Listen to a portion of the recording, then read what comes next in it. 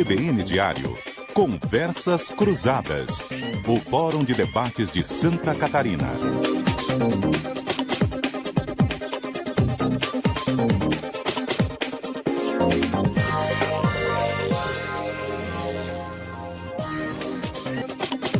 Apresentação, Renato Igor. Muito boa tarde, obrigado pela sua atenção. Este é o Conversas Cruzadas aqui na CBN Diário. Vamos até às 3 horas, céu claro, tempo bom.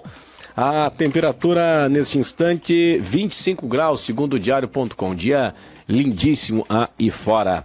Bom, o nosso assunto, você sabe que a nossa preocupação é sempre de trazer assuntos que são relevantes, assuntos que tenham impacto na nossa comunidade, que são importantes para o nosso dia a dia. Nós falamos em parte ontem no programa sobre a crise na saúde, nós seguimos falando hoje sobre a crise na saúde. Houve a troca do diretor do Hospital Infantil, Joana de Guzmão, que é referência estadual, a suspensão das cirurgias. O governo diz que a partir da semana que vem já começa a equalizar as cirurgias de média complexidade e depois a de alta complexidade um pouquinho mais adiante e tal. Temos aí, a partir do dia 1º de setembro, a emergência do CEPOM, que não vai funcionar mais 24 horas por dia, e sim 12 horas por dia. E de resto também aquilo que a gente já conhece, né, que é a dificuldade de fornecimento de medicamentos, de insumos básicos no dia a dia, nos hospitais aqui da administração direta que nós temos, os atrasos frequentes para a organização social que faz a gestão do SAMU e de hospitais também, com o Hospital Florianópolis, superlotação nos nossos hospitais aqui da administração direta, como o regional e o Celso Ramos. Muitas vezes recebo aí reclamações a todo instante de problemas de manutenção de equipamentos, né? E aí o cidadão não consegue muitas vezes ter um diagnóstico preciso para iniciar um tratamento. Enfim, é uma crise que eu tenho julgado até como a maior crise na área da saúde dos últimos 20 anos. Não resta nenhuma dúvida. Hoje, você acompanhando este assunto, crise na saúde em Santa Catarina, no Conversas Cruzadas, desta quarta-feira, no 740M da CBN, no aplicativo da CBN Diário, ao vivo com imagens também no Facebook, facebook.com/CBN740M, no nosso site, cbndiario.com.br, e a sua interação com o WhatsApp da CBN, 991813800. Carla Rodrigues Barzan é coordenadora de fiscalização no Conselho Regional de Enfermagem, Santa Catarina. E também recebemos o médico Oscar Cardoso de Matos, que é diretor de apoio ao graduando em medicina no Sindicato dos Médicos em Santa Catarina.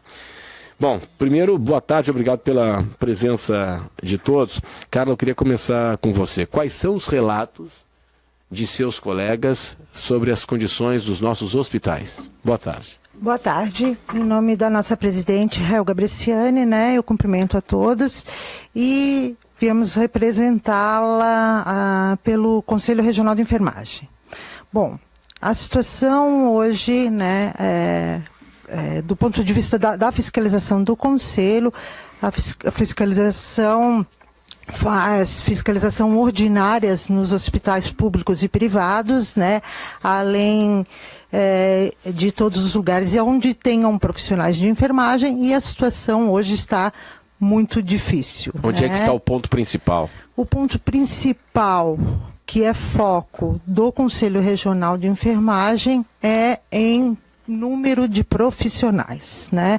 Hoje, a grande maioria dos hospitais públicos está com déficit de profissionais bem preocupante. E aí sobrecarrega aquele que lá está atuando, né? Sobrecarrega, né? Porque a gente não tem reposição de profissionais, o número é insuficiente para atender aquele paciente e, né, sobrecarrega os profissionais, compromete a segurança do paciente, né? E assim por diante vai trazendo outros problemas. Doutor, como é que funciona essa questão aí? Porque tem um padrão, imagino, não sei se tem uma lei específica, mas um padrão específico de, para cada leito, você precisa de tantos profissionais da área de auxiliar de enfermagem, de enfermeiro, enfim, ou tantos médicos por leitos. Como é que isso funciona na prática e qual é a nossa realidade? Boa tarde. Tudo bem? Boa tarde a todos, boa tarde aos ouvintes, boa tarde, Renato. O Sindicato dos Médicos agradece o convite, né? Complementando o que falasse, a falta de profissionais, sim. Tá? O Estado hoje está há mais de 5 anos, tá, sem realizar concurso público. O último concurso público ele foi homologado em maio de 2012. Isso o senhor diz para... Todas as áreas. Para a área da saúde. Secretaria de Estado da Saúde. O último concurso foi homologado em maio de 2012. Tá, mas não está vigente. Quando o senhor diz que o último concurso de 2012 quer dizer também que ninguém entrou ou entraram também temporários? Não entraram. Não, concurso público com estabilidade. Né? Concurso público realizado para médico, enfermeiro, técnico de enfermagem para a Secretaria de Estado da Saúde. O último foi em 2012. Né? Se eu entrar hoje no site da Secretaria de Estado da Saúde, né, eles sistematicamente, frequentemente, são processos seletivos. Né? A gente não encontra mais concurso público, né, que a gente defende as entidades médicas, né? A gente defende uma carreira de Estado, né, para o médico, né, e para os demais profissionais da saúde. Só desculpa, antes de ampliar essa discussão, eu ia perguntar exatamente sobre essa questão, muito curioso, né? Eu estava conversando com várias fontes, amigos que são médicos, que atuam na área da saúde, e um deles me dizendo o seguinte: um dos grandes problemas é a falta de concurso. E aqui não é um discurso sindical, não é essa questão, é uma questão pragmática mesmo. Ele me dizendo o seguinte: Renato, o que acontece é o seguinte, você tem muitas vezes contratos temporários de médicos por 2 anos. E é quando você está afinado com aquela equipe, digamos uma equipe de neurocirurgião, sim, né, altamente especializado, né, e precisa do entrosamento com a equipe toda, de repente quando você está com aquela equipe afinada, funcionando a pleno vapor, acaba o contrato, ele vai embora, troca e tal. Renato, pegando esse assunto, tá para votação, já passou por todas as comissões, tá, da Câmara Federal, a PEC 454 de 2009, né, que coloca a carreira de Estado para o médico. Tá? É como se fosse a magistratura. O médico começa numa cidade interiorana, né, e com o tempo ele vai galgando progressivamente e vai escolhendo futuramente aonde ele queira trabalhar, né? Ele vai evoluindo na sua carreira, né? Nós defendemos isso, as entidades médicas, e essa PEC ela está pronta para ser votada. Tá? Já foi colocada em pauta, mas acabou não sendo votada. Voltando a falar dessas faltas de profissionais aqui, os médicos, tá? Sim, mais próximo. Os médicos, a cada 3 suicídios do mundo, 1 é de médico. Tá? É uma síndrome de esgotamento conhecida chamada síndrome de burnout. É o desgaste da profissão. É como falasse, a falta de profissionais, ela gera isso. Né? Eu só quero levantar alguns dados, que eu acho bem importante, no contexto nacional. Tá? O Conselho Federal de Medicina, tá, ele apontou que entre os anos de 2003 e 2016, entre esses anos, o Ministério da Saúde ele deixou de aplicar 155 bilhões no Sistema Único de Saúde. Né? E a repercussão desses números na assistência, ela se materializa na falta de leitos, falta de equipamentos, falta de radioterapia, de quimioterapia e de outros serviços. Entre dezembro de 2010 a dezembro de 2015, o Conselho Federal de Medicina fez outro levantamento. O Brasil ele perdeu mais de 23 leitos de internação do Sistema Único de Saúde. Me lembro disso, me lembro. É um dado extremamente preocupante. E a demanda vai aumentando e os profissionais vão diminuindo. Exatamente. Então o negócio é muito... Não há reposição, porque não há concurso, né? Mas essa lógica aí de contratar o temporário e não por concurso público, na ótica do Estado, é uma lógica econômica? Qual é a lógica do Estado em fazer via processo seletivo ou contrato temporário? Bom, a gente está recebendo também aqui a Simone Hajman, que é presidente do Sindsaúde. Então, eu lhe pergunto, qual é a lógica de contratar temporário e não efetivo? Boa tarde. Boa tarde, Renato. Boa tarde a todos os ouvintes da Rádio CBN e os meus colegas aqui comigo no programa. A gente vê que o Estado tem tido essa prática de contrato temporário porque, primeiro, é uma questão ideológica do Estado, de não investir na carreira do servidor público, e outra questão que na saúde, em especial, o governo tem terceirizado muitos serviços, né? Então não investe em concurso público por esse motivo. A gente tem dentro dos hospitais, por exemplo, vários setores, praticamente apenas a atividade fim que ainda não foi terceirizada, né? Mas todo o serviço de copa, de limpeza, segurança, foram terceirizados. Enfim, e aí não há mais o concurso público. Não, mas, bom, agora imagino que até do ponto de vista de gestão, talvez aí em algumas áreas não tenha problema e até seja positivo, por exemplo, na área de segurança, Não sei, de repente, se é um concursado, pega uma licença, se afasta e tal, e a reposição é mais difícil. Contrata uma empresa terceirizada, segurança é mais fácil, não pode faltar o segurança. Eu estou trazendo assim alguns elementos. Agora, em algumas atividades mais específicas, que é isso que a gente está tratando aqui, que é o questionamento, né? O prejuízo direto para a sociedade. Para a qualidade do atendimento, Sim, inclusive, né? Eu vi recentemente um estudo que até o Conselho Federal de Enfermagem fez. O tempo que um profissional de enfermagem fica apto em algumas áreas, capacitado, treinado, plenamente, né? Em algumas áreas para aquela unidade e tal. Em algumas áreas chega a 6 meses, né? E aí a gente tem esses contratos curtos e onde a gente vê, inclusive, uma altíssima rotatividade, né? Porque o profissional, como ele não é definitivo, Sim. assim que ele consegue claro. um emprego melhor, ele acaba indo para outra área. E do ponto de vista econômico, Renato, não tem justificativa. Porque a fonte de pagamento dos contratos temporários é a mesma fonte dos profissionais de carreira. Mas eu digo, né? mas o custo... O custo é o mesmo. Inclusive, a Secretaria de Saúde está em andamento um processo seletivo para repor 600 pessoas, número infinitamente abaixo do necessário, né? Nós temos um levantamento no Cine Saúde que de 2007 até agora faltam mais de 3 mil profissionais que se aposentaram ou exoneraram e não foram repostos.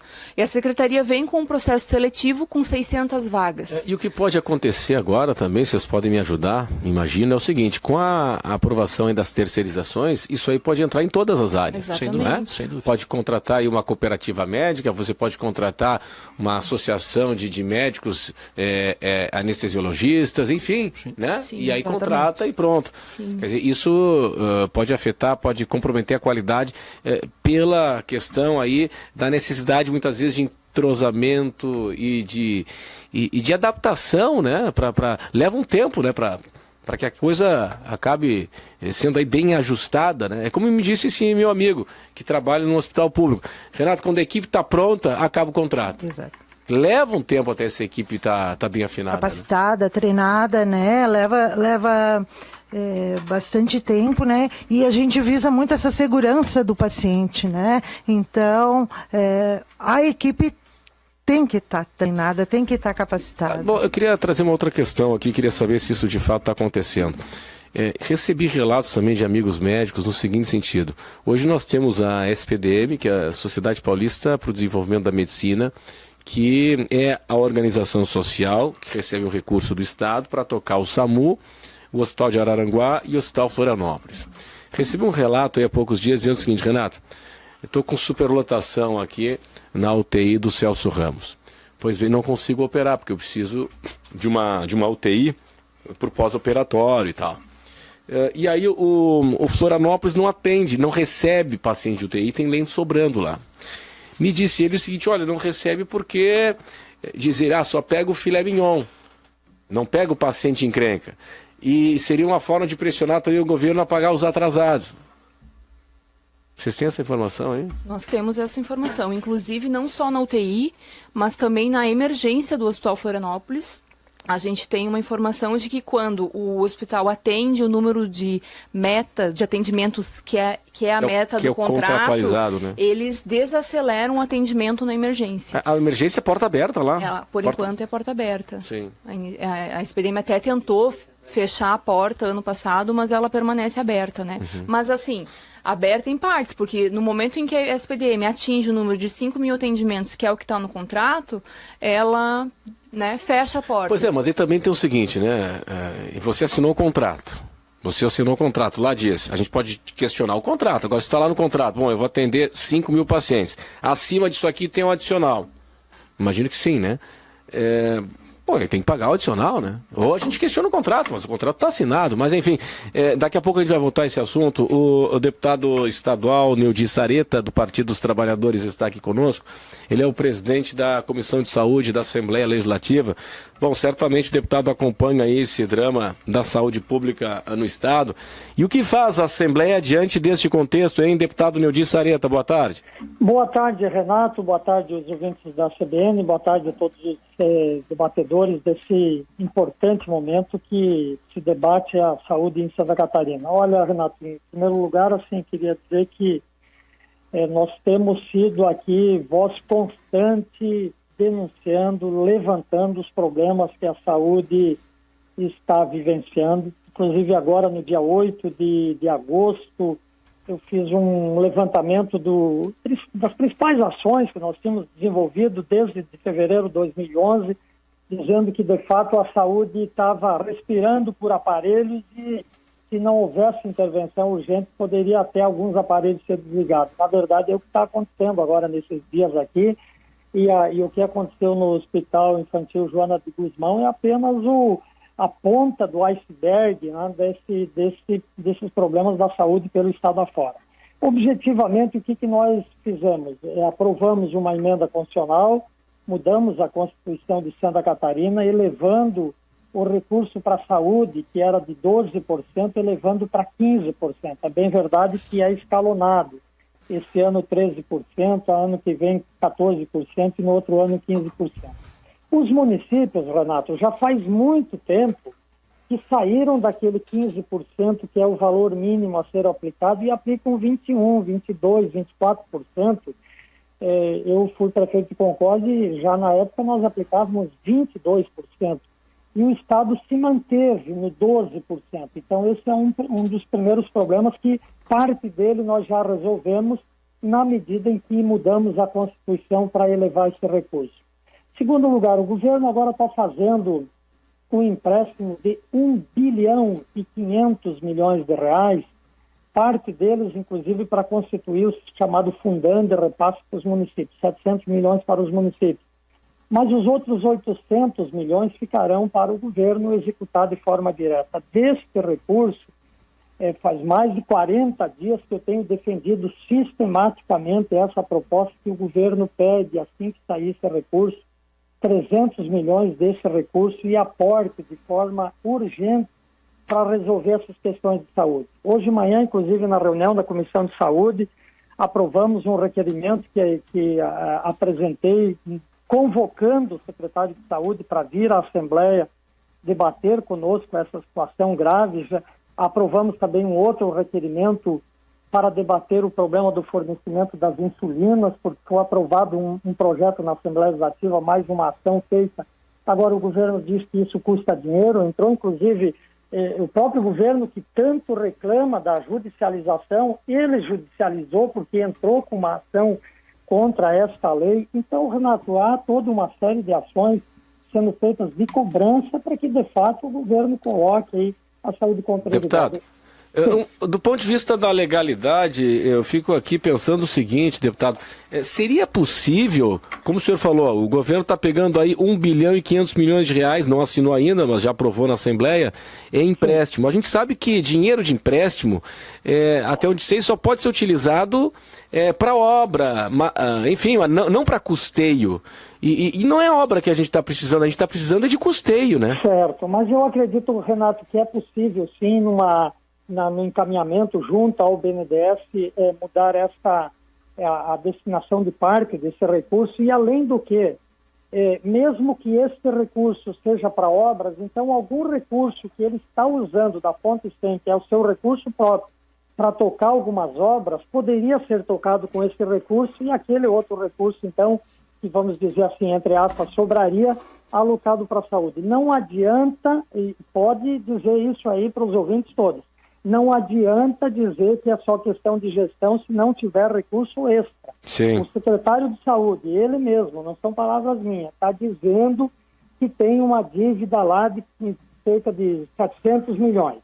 Ora, se tem essa dívida, mesmo com o aumento do percentual que a Assembleia Legislativa aprovou, mesmo com algumas outras questões, ele não consegue dar volta se não tiver um aporte de pelo menos uma metade disso para dar o giro. Então precisa recurso extra, há uma série de demandas, sim, não é só o Hospital Infantil Joana de Guzmão, os hospitais do interior que tem convênio, o pessoal ostomizado não está recebendo as bolsas de colostomia, levantamos isso já inúmeras vezes aqui na Assembleia. E eu queria só contribuir, Renato, porque quando você me passou a ligação, eu peguei o finalzinho aí, daquela questão sobre o Hospital Florianópolis. Nós também levantamos essa situação aqui.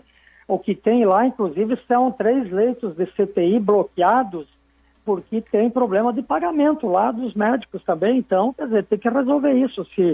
Se não resolver isso, tem um risco lá, os leitos continuam bloqueados, daí nós vamos aumentando o problema que já é grave, e repito, é grave aqui na Grande Florianópolis, mas é grave também espalhado pelo Estado, principalmente aí em relação a algumas questões, como eu citei aí, por exemplo, da questão das bolsas de colostomia. Estava faltando esses dias vacina pentavalente, claro, aí também Sim. é a responsabilidade do governo federal, né? Não vamos Sim. deixar aqui a conta. Eu digo o seguinte, a conta que eu digo a responsabilidade é dos 3 entes, do ente municipal, naquilo que ele compete, do ente estadual e do ente nacional também. Ok. Deputado Neudi Sareta, presidente da Comissão de Saúde na Assembleia, nos trazendo aqui informações importantes, né, novidades a respeito desse tema. Muito obrigado pela sua atenção aqui conosco. Boa tarde. Boa tarde, Renato. Sempre à disposição aí. Um grande abraço. Um abraço. Pois é, essa ideia aqui, aí já entra numa questão contábil, né, tributária. O Estado já responde aí a questão de uma manobra fiscal, entre aspas, uma pedalada no Tribunal de Contas do Estado, aquela questão do 1 bilhão de verba tributária da Celesc que foi para o Fundo Social e não entrou para o Caixa Único. Depois aprovaram na Assembleia, legalizando a operação, devolveram recursos para os poderes, enfim, ficou tudo 0 a 0. Agora é o seguinte... É uma espécie de puxadinho aí, né? Pode resolver pontualmente a questão. O deputado defende a ideia de que parte desse recurso que o Estado está contraindo em financiamento, 1 bilhão e 500 milhões, que 300 milhões sejam direcionados para a saúde. Mas como eu questionei aqui, não existe verba de financiamento para custeio. Tem para fazer hospital, isso que o governante gosta, né? Botar placa em hospital e tal, isso que eles gostam. Seria um puxadinho, né? Porque essa verba aí que está sendo contraída é para obra. É para obra. Se pegar esse dinheiro aqui para pagar fornecedor atrasado, isso não pode fazer. Bom, o que defendeu aqui o deputado é o seguinte, então pega esse dinheiro, é só trocar a origem, pega esse dinheiro, bota para a obra e o dinheiro que estava na obra bota para a saúde. Bom, não é uma manobra fiscal isso aí? Pergunto, não é uma manobra fiscal legal? É legal? Bom, se é legal, tudo bem, maravilha. 2h29, este é o Conversas Cruzadas aqui da CBN Diário, discutindo a crise na saúde. Nós vamos para o intervalo e até já.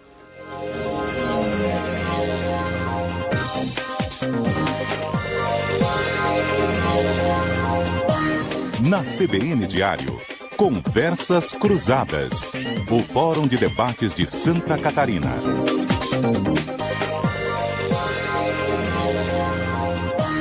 Na CBN Diário, Conversas Cruzadas, o Fórum de Debates de Santa Catarina. Apresentação, Renato Igor. Nosso assunto hoje é a crise na saúde. Há pouco entrevistamos o deputado estadual pelo PT, Neudi Sareta, e seguimos com Simone Hajman, que é presidente do Sindicato dos Servidores na área da saúde, o Sindisaúde, o Dr. Oscar Carlos de Matos, que é diretor de apoio ao graduando no Sindicato dos Médicos, e a Carla Rodrigues Barzan, do Conselho Regional de Enfermagem na área de fiscalização. Bom, doutor Oscar, nós ouvimos agora há pouco o deputado Neudi Sareta. Que tal a proposta dele?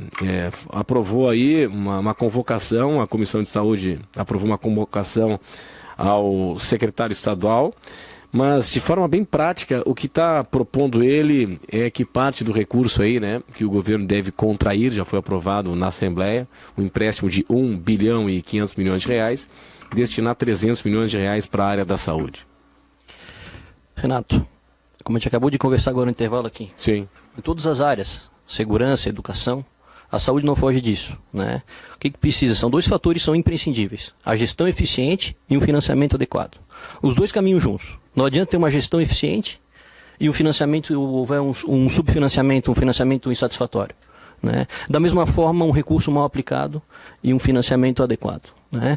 Os 2 caminham juntos. De que adianta, né? Nós temos boas estradas, um turismo bem desenvolvido, se a assistência à saúde ao cidadão ela é deficitária, né? Temos que colocar esse questionamento, tá?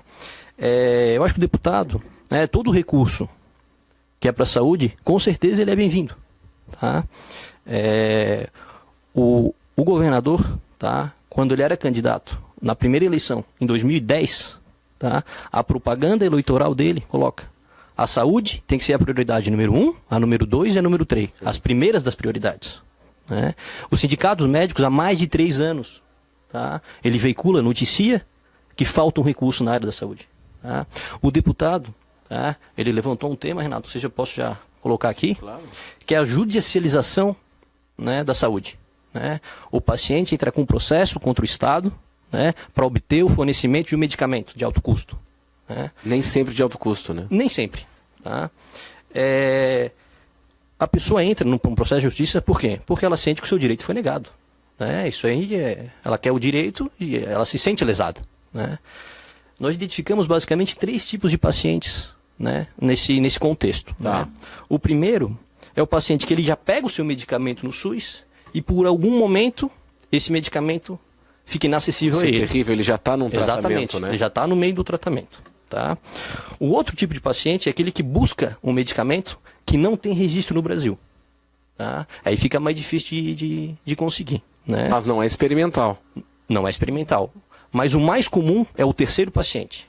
É aquele que procura, que tem indicação de um produto que é registrado no Brasil, com eficácia comprovada, só que ele não figura na listagem do SUS. Sim. O senhor acha que a predominância a prevalência é o terceiro? É esse terceiro. É esse terceiro. Ele tem a eficácia comprovada. Quer dizer, ele está registrado aqui no Brasil, mas não está na lista do SUS. Exatamente. É isso. Tem medicamentos que ele está na lista do SUS, mas ele é indicado para doenças e essas doenças não configuram como no protocolo clínico de diretriz terapêutica do Ministério do Estado. Sim. Né? Ou seja, o produto está no SUS, mas para determinada doença o paciente não consegue ter acesso.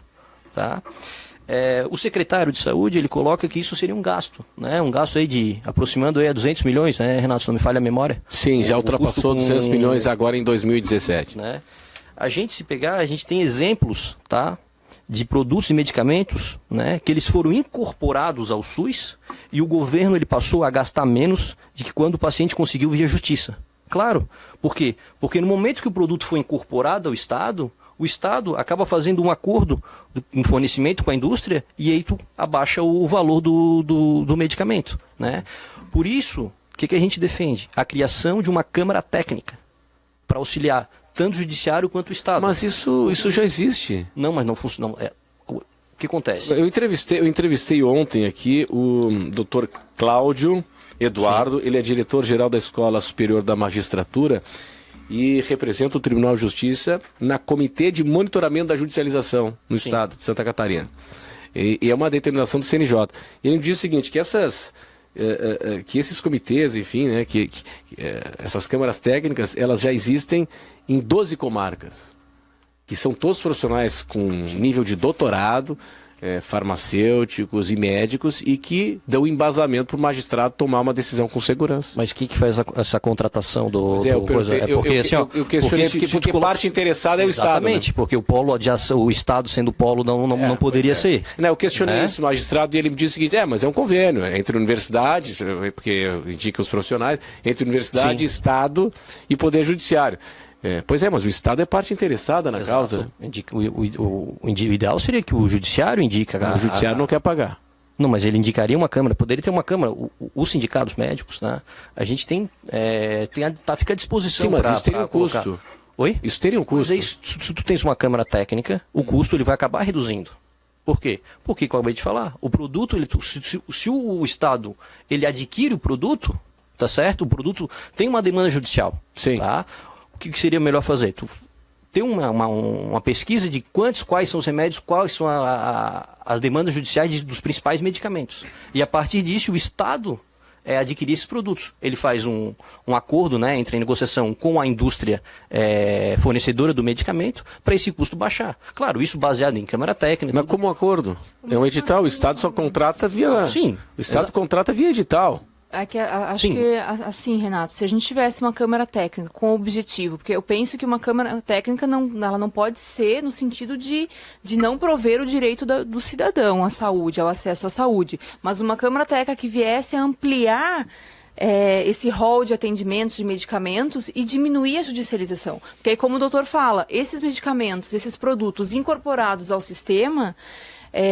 eles podem ser comprados por licitação, sem que dúvida. tem um custo menor, né? Sim. Então, acho que essa é a questão, uma das questões. Porque quando o cidadão entra com ação na justiça, o Estado faz compra direta. E aí compra a preço de mais mercado. caro, Compra né? mais caro, Claro, né? sim. É provado que os produtos comprados por licitação, eles têm um baixo custo. Então, eu penso que é uma discussão muito complexa, até porque o Sistema Único de Saúde dá o direito à integralidade ao cidadão, né? Então, as pessoas realmente ganham na justiça, porque tem respaldo legal. E o Estado fica usando o dinheiro para... Tu falaste aí que a compra por licitação tem um custo menor. Olha, pelo que a gente percebe, é o contrário. Qualquer item que o Estado compra, que o poder público compra, vai sair sempre mais caro do que o cidadão for na esquina comprar. Se eu for comprar um computador, eu vou comprar certamente mais barato o mesmo computador do que o Estado. Mas isso tem uma explicação, porque a empresa bota o preço lá em cima, já sabendo que o Estado não vai pagar no dia certo. Olha, Renato, inclusive a Secretaria de Saúde foi condenada há uns 2 anos atrás, uma ação do Ministério Público do Estado, por não fazer licitação. Foi condenada, faz mais ou menos uns 3 anos isso.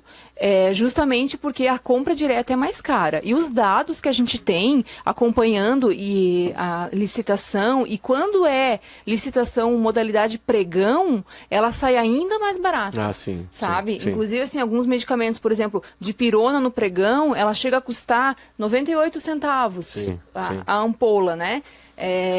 A compra direta, a Secretaria estava pagando 1,50.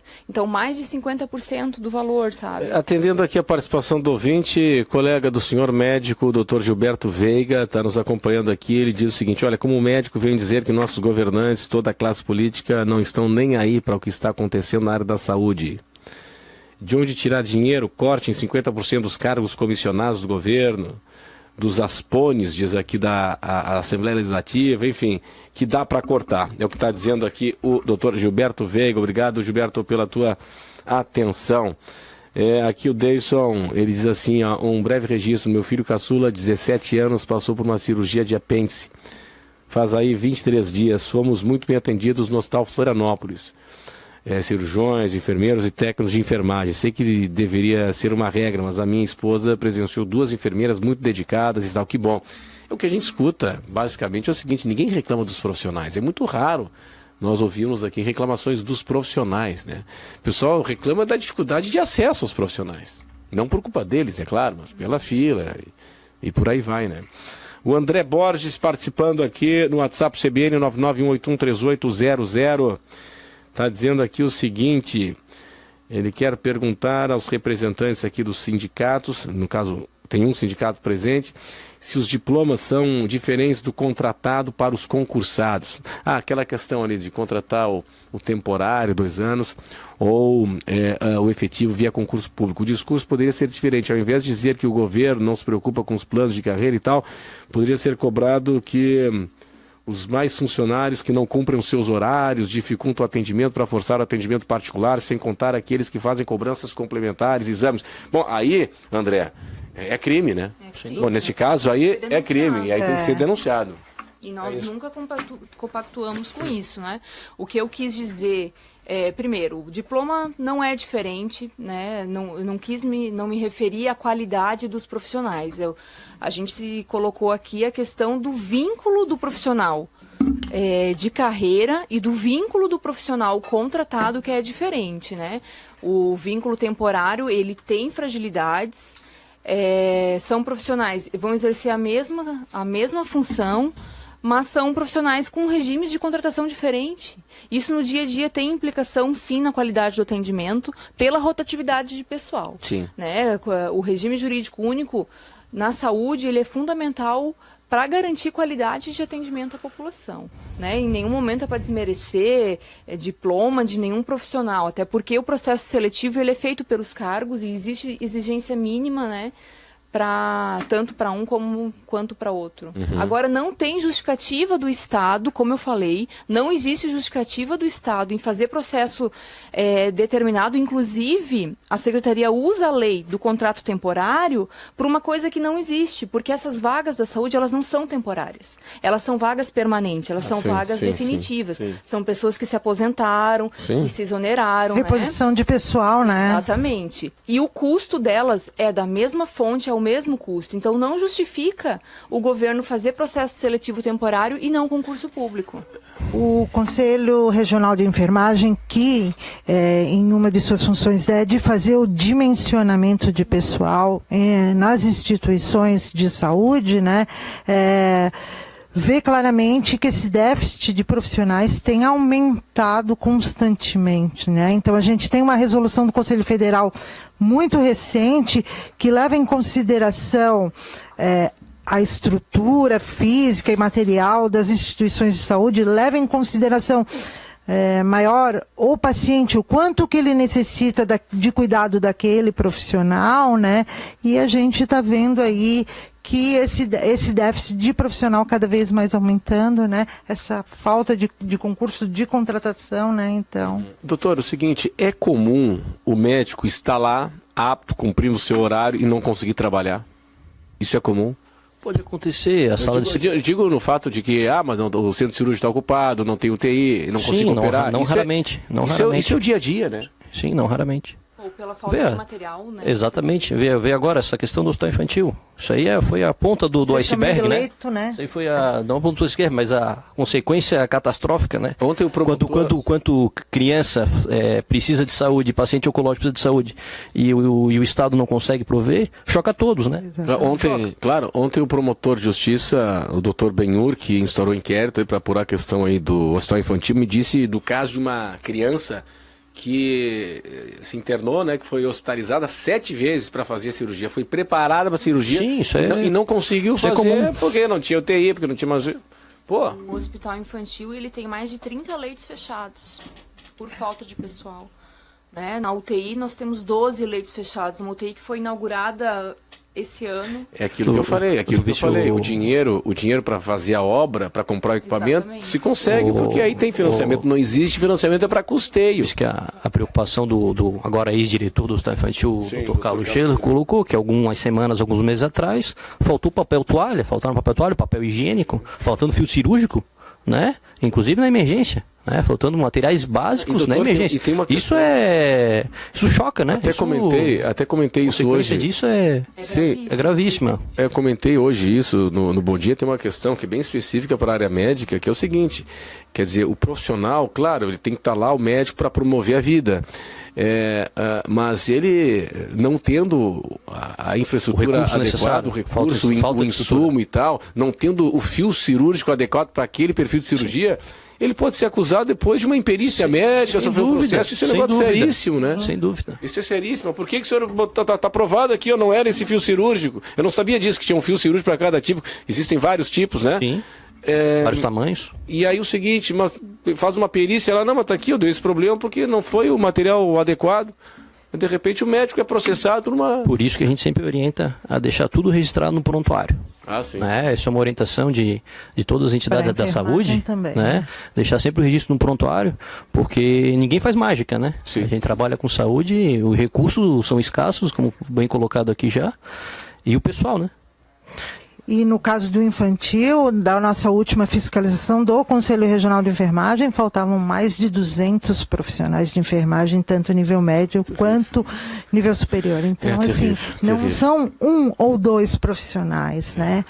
Falta muita gente. Aqui o Luiz Galvão, aqui na reta final do programa, dizendo o seguinte: a questão da crise na saúde em Santa Catarina é uma coisa temos que ressaltar, temos que nos orgulhar da classe médica catarinense. São profissionais competentes e se transformam em verdadeiros anjos.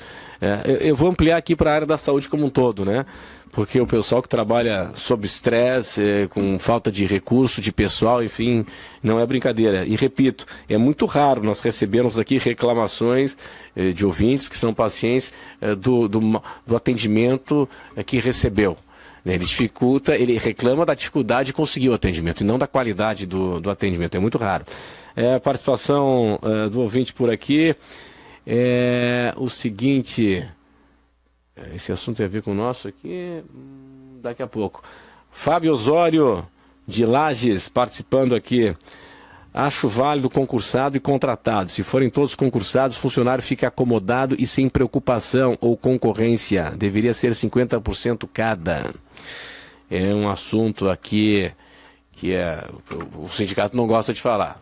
né? Essa questão aí de acomodação. Aí já entra a questão de... claro, ele tem que ter infraestrutura. Não, ele tem que ter, ele tem que ter infraestrutura para trabalhar. E claro, o que não gosto de falar, que eu quero dizer o seguinte, estabelecer metas, esse tipo de coisa, né? Que talvez deveria alcançar o próximo passo, estabelecer metas individuais para cada um, de coletivas, claro, desde que tu tenha estrutura para trabalhar. Exatamente. Tem que ponderar isso, né? Até porque os nossos servidores no dia a dia, eles fazem milagre, né? A gente vê, eles vão trabalhar doente, eles trabalham por 2 ou 3 pessoas. Então, como é que você avalia um servidor nessa condição, né? Você tem que avaliar ele pelo esforço que ele faz. E a experiência que a gente não tem problema nenhum em avaliação de servidor público, a gente não tem problema nenhum em discutir meta, vamos discutir meta coletiva, inclusive, né? Vamos colocar a responsabilidade nessas metas, inclusive das direções dos hospitais, da falta de planejamento da Secretaria de Saúde, né? E aí sim a gente pode discutir a avaliação de servidor público, mas não temos problema nenhum de debater isso. Acho que por isso, acho que é importante a carreira de Estado. Sim. Né? Começa em locais remotos, em locais difíceis de provimento, e com o tempo, quem for galgar, quem tiver um desempenho bom, satisfatório, ele vai podendo escolher, exatamente, ele vai podendo escolher aonde ele quer trabalhar. Muito bem. Saúde pública, o nosso assunto hoje. Muito obrigado pela presença de todos hoje aqui conosco. Até uma próxima oportunidade. 1 minuto para as 3, agora nós vamos aí para o Repórter CBN. A gente vai falar mais sobre a saúde e a questão da judicialização.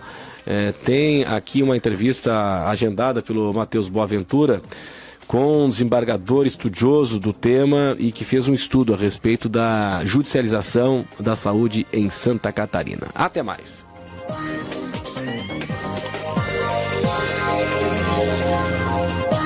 Na CBN Diário, Conversas Cruzadas, o Fórum de Debates de Santa Catarina.